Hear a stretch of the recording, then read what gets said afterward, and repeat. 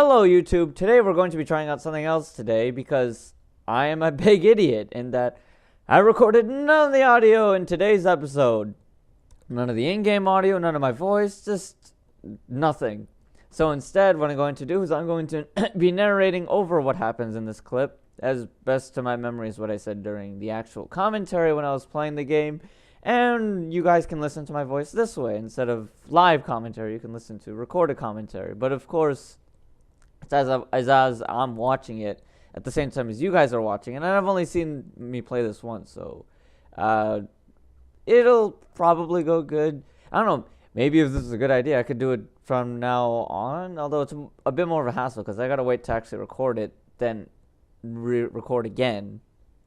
But oh well, let's get right into this. I'm fighting this Kindler guy who happens to have 2 Slugmas and an Elmo. There's like an identical trainer to him in the gym, which is odd, but the order of the Pokemon just changes.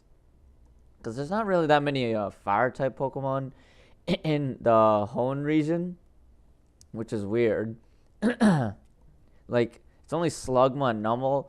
The other one, Torkoal, is only used by Flannery, so like, it doesn't. I don't blame them for only having 2 really unique fire types in this. That also explains why there are non-fire type Pokemon found in the gym, as you will see later on. And as you know, I just knew that because I played this game so many times, and I know there are 2 trainers who don't have fire type Pokemon. And then I figured out why they actually are in the gym in this episode. And over here, it was like Lady Luck started looking down upon me again for no reason, because I not only did I get 5 hits, but 2 of those hits were critical hits. And I wouldn't have killed the Slugma if not for those 2 critical hits. So everything lined up perfectly for me to just barely take it out. And then you're thinking, oh, what are the chances of it happening twice in a row? You know that saying, lightning never strikes the same place in a row? Apparently it's wrong because I just got the same thing again against this Numel, which just also barely killed it. 5 times with only 2 critical hits. Yeah, I don't know what was going on either. I was like freaking out during the recording, but of course, it's kind of hard to emulate that afterwards because it's already happened and I knew the result, so it's sort of unrealistic. But yeah, I'm trying my best here to emulate the emotions I was feeling during the actual gameplay itself. So here we go into another trainer. Now this guy has one of the non-fire type Pokemon, a Kecleon. And you're thinking, wait, why does he have a Kecleon? Why is this in a fire type gym? Yeah, I thought that too. And I always usually killed it before it could use an attack, so I never figured out why. But as soon as it used the move Flamethrower, I realized, oh, that makes sense. First off. Secondly, really? That's kind of unfair because I don't have access to any moves as powerful as Flamethrower. I think the strongest move I have is Headbutt, which is only 70 power. Meanwhile, Flamethrower is a beastly 95.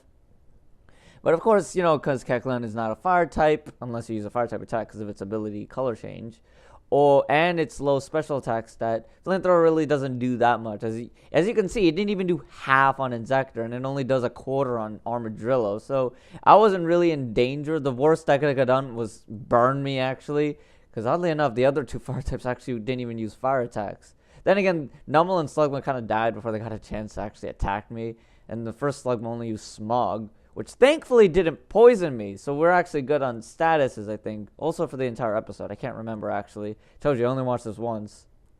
So I actually switched out because I was afraid Insector would have died in case of a crit or a burn. So I switched over to Armadillo. Armadillo took care of it, no problem. And over here, I tried to take the item from Rascal. Of course, this stupid bag that I mentioned last episode is too small. It's a super potion, too. So it's actually kind of useful because... and you know, in a Nuzlocke, you can't have anyone die. And I only have soda pops in terms of recovery. And those won't last forever. So, I continue my trek through the Lava Ridge Gym. And then fought this guy who I think... No. He has actually just 2 Pokemon. The guy who has the identical Pokemon to the first guy is actually the last trainer I fight. So this guy just has the standard, oh, I have a Numel and a Slugma. So nothing really unique or spectacular about this. I was talking about the fact that, you know, Pokemon battles are distressing because he mentioned, oh, don't try to stress me out anymore. And I'm like, well, I heard that Pokemon battles are really unstressing. And then I realized afterwards that, wait a minute, this is like a hot sauna. And hot saunas are designed to like relieve stress because you're just sweating away a lot. Like probably like stress metaphorically and literally too, but then I finally realized what he was talking about. Oh, that makes sense. Although I don't get how a Pokemon battle would stress him out unless he loses, which actually happened, obviously, because if I lost, that would be embarrassing. I haven't lost any battles in this Let's Play in this Nuzlocke so far, which is a miracle considering how many Pokemon I've lost. Like, you'd think I would have lost by now or something, But I managed to even beat, what I consider to be the hardest trainer so far in this Nuzlocke, Watson. So I guess anything's possible at this point. So over here, we get to the other trainer with a non-fire type Pokemon, Metatite, from a very shy Battle Girl, which I found odd. Now, over here, I killed it before it even had a chance to attack, so I don't know if it had any fire type attack moves or not. Probably the only one that I could think of off the top of my head is Fire Punch. So maybe it knew Fire Punch because it's the only fire type move I think it could learn. Can't really learn Flamethrower. Metatites don't exactly breathe fire, and there's no other fire type TM moves that are physical in nature and really learnable. Although the only way it learned Fire Punch was through breeding. But, you get my point. It probably knew Fire Punch. I killed it. Thankfully, I killed it before it even had a chance to use it on Insector. Because who knows? Maybe Insector wouldn't have survived. Then again, it survived a Flamethrower from Kecleon. So maybe it might have survived one from Metatite. Who knows? I guess we'll never know. Here's another guy with the... Oh, wait, no. Oh, no. Okay. This shows how much I don't remember at all. First off, the game, and secondly, the video. Two trainers with the exact same Pokemon sets. One guy with a Numel Slugma, then another guy with Slugma, then Numel. Really original, right, guys? So, obviously, I take this guy out, no problem. I haven't been using Armadillo really the entire episode because I'm trying to save him up for Flannery. Because I know he can take out pretty much all of Flannery's Pokemon, bar maybe Torkoal, because Torkoal has a lot of defense. So it might actually withstand Dig. And then there's the added problem of it knowing Overheat, which is a very, very powerful Fire-type move that might one-shot Armadillo.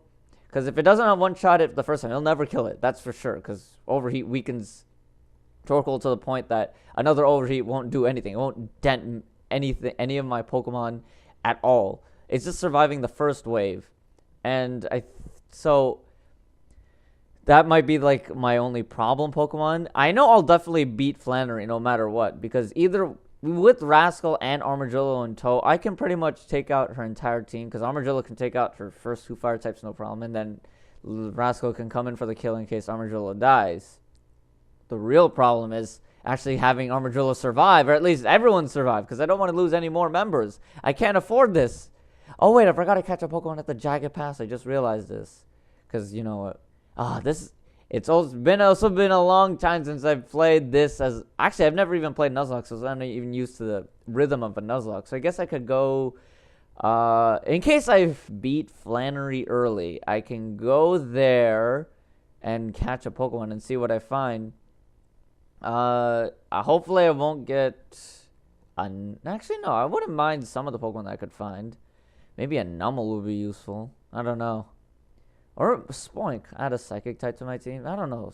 Would Psychic even be that useful? Not really, actually, at this point, because there's no weak gyms afterwards. It's really weak to Psychic. So, of course, here we are. We've reached the end of the episode because I actually wanted to end it before I fought Flannery. I have no idea how long it'll take. So, in the next episode, I'll be fighting Flannery and hopefully recording live commentary. So, as always, I will see you guys in the next episode.